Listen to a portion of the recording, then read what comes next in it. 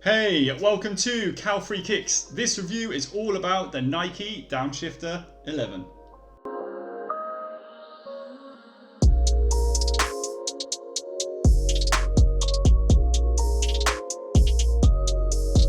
Thank you for watching the video. If you haven't seen one of my videos before, I always look into 5 different things when I review a pair of sneakers. At the end of the video, I will then take into account their looks, their comfort, their weight, their breathability, and their price, and give them an overall rating out of 5 stars. If you like what you see as you're going along, please do not forget to click the little thumbs up like button below on your device. And while you're down there, if you want to, take 2 seconds to subscribe to the channel. And if you click the little notification bell, you will get a notification every time a fresh video drops on the channel. Before I hold you up any longer, let's kick this review off of the Nike Downshifter 11 by checking them out on feet.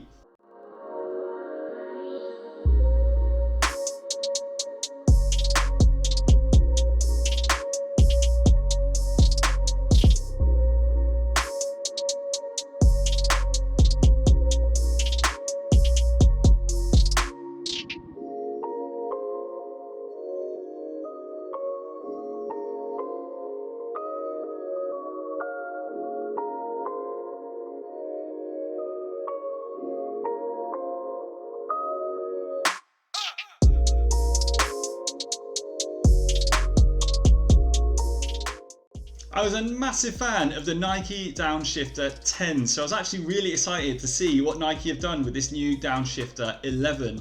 Unfortunately, the Nike Downshifter 10s aren't really that different from this new version, the Nike Downshifter 11.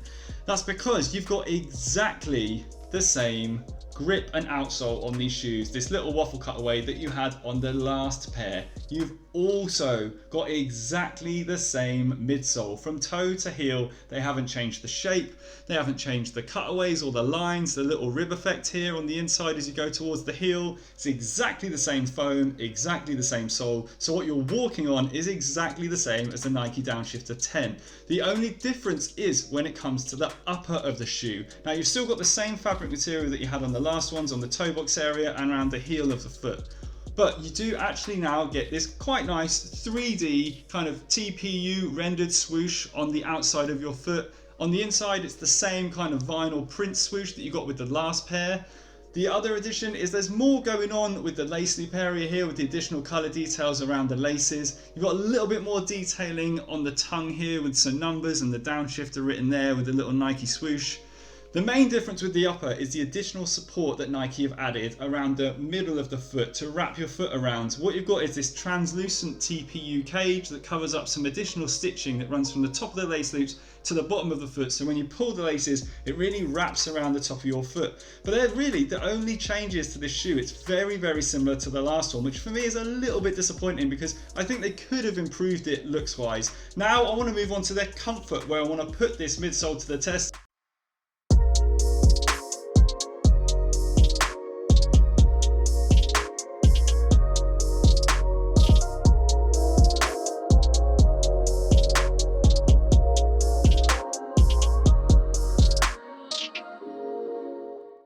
Like I mentioned, comfort-wise, no change from the Downshifter 10s at all really. Yes, you're getting the additional support of this cage on the top, so it does feel nice and tight on the top of your feet. And again, they are a true fit, so do not worry about going half a size up or half a size down with these Nike Downshifter 11s. Underfoot, exactly the same as what you got with the Downshifter 10s. And for me, it is quite an impressive amount of cushion that you get with this shoe, considering the price. Now, it is an unnamed foam midsole, and you've always got to be wary with unnamed foam midsoles because normally they have a tendency to underperform, and they're unnamed for a reason because they're not normally the greatest in terms of responsiveness and bounce. But as you can see from the step test, when I really put some pressure on this, it did really sink in nicely, and it does offer nice bounce back. It is on the firmer side. You're not going to get too much soft cushioning with these firmer, cheaper midsoles, but it is actually really good for the price. Next, I want to move on to their weight, where I'm going to pop them on the scales and compare them to the Downshifter 10s again and see how much they weigh.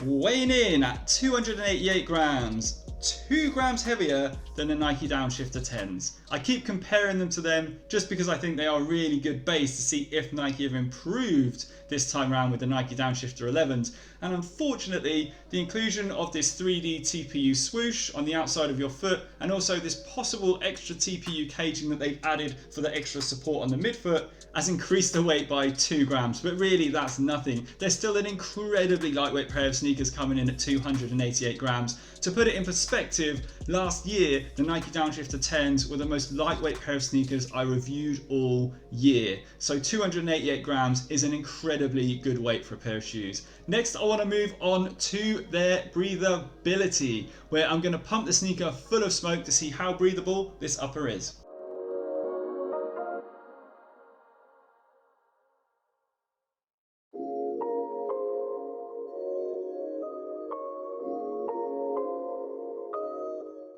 The smoke test is a little bit misleading for these Nike Downshifter 11s, and that is because the tongue naturally sits quite low, and unfortunately it creates these air pockets where the lace loop brackets are here, and then the smoke escapes from there in huge amounts. But you could still see the smoke escaping from the toe box area and also this part of the shoe here when you get past this midfoot cage.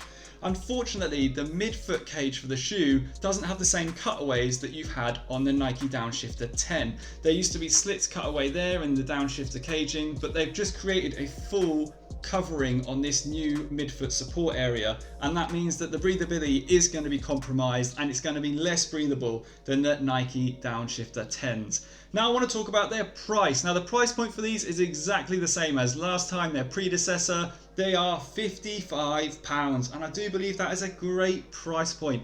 And really what you have to consider when rating this shoe is what you're getting for £55. And for me, I'm going to give these a very solid 4 stars. Now it is half a star reduction from the Downshifter 10s, and that is because I think the breathability has been impacted by this extra caging, and I do think they could have made them a little bit better than they are. They could have made them looks wise a little bit better, possibly improved the comfort from last time. I think it's a bit lazy using the same midsole. Even though it's a good midsole, they haven't changed the look of it at all. I mean, it comes in other colorways that do make it look really good. I mean, the triple back colorway looks great on these.